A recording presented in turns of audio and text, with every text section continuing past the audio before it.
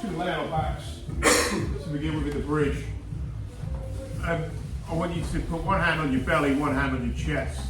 And just to begin with, I want you to really practice filling up the belly as much as possible and not letting not really moving too much the hand on the chest.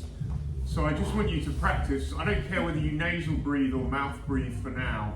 I prefer nasal, but it doesn't really matter too much. People obsess too much on this to begin with.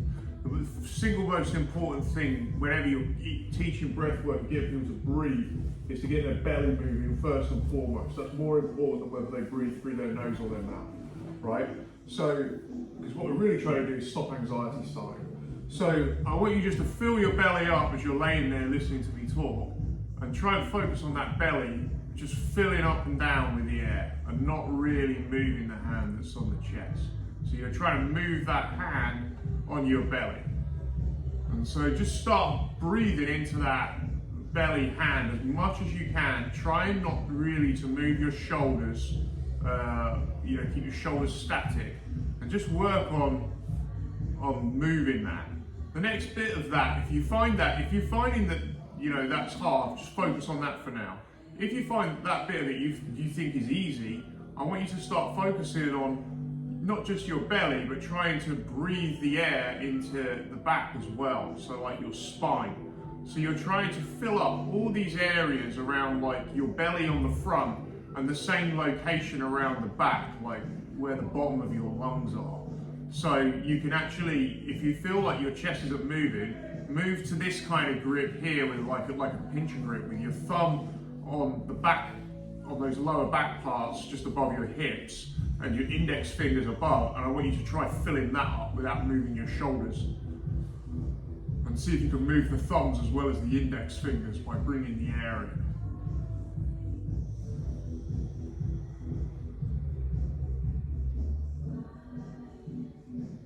So don't just move the index fingers anymore, start seeing if you can move the thumbs.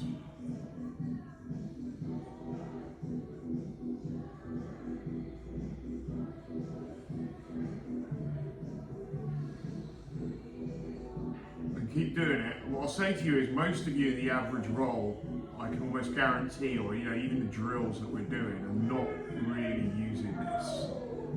And it creates a big deficit over time if you're not using it, and the other person, if you can start using this, staying calm and relaxed and using all this extra lung capacity, longer breaths in, really using the diaphragm, you're going to be at a huge advantage.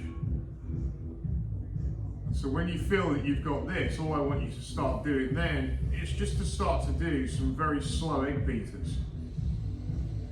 So by egg beaters, I mean where you're evading or making it difficult for someone to grab your legs. So you're keeping the breath work going, and you're now just adding it, introducing a movement, but I still want you to keep your pincher grip so you can feel that back moving, working.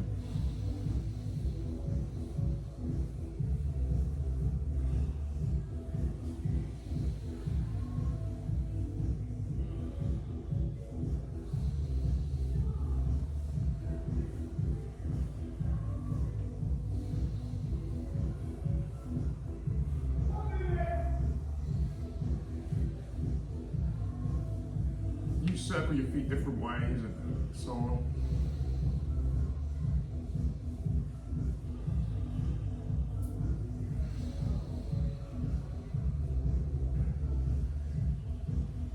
You start introducing some bridges maybe as well, but keeping that focus on every time you get a chance, put some bridges in,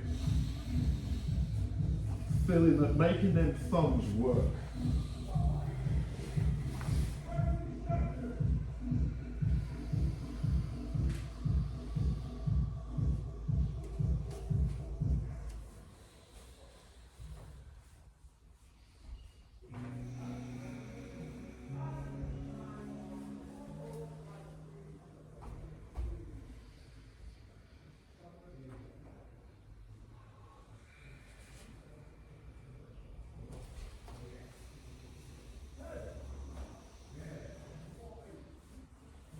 you want, you can add some stretches in now. I really like, but this is how you really want to be. If you're going to do flexibility work, you know, you're stretching before class.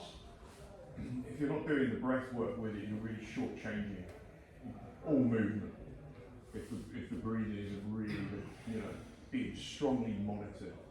And if you're under pressure, of course these things will go a little bit. They'll be the first thing to go, and that is the fundamental problem in jiu-jitsu. It's not usually not knowing a technique so much. After a while, it becomes you've got a lot of the tools that you need. You need to understand the tools that you've got more deeply. And the way you're going to do that, you start making more of what you've got by staying calm. Because the minute that your breath, your breathing starts to go up in pace, just keep doing this one.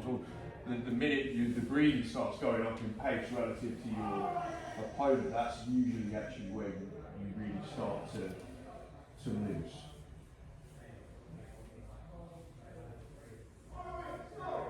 That's the underlying real.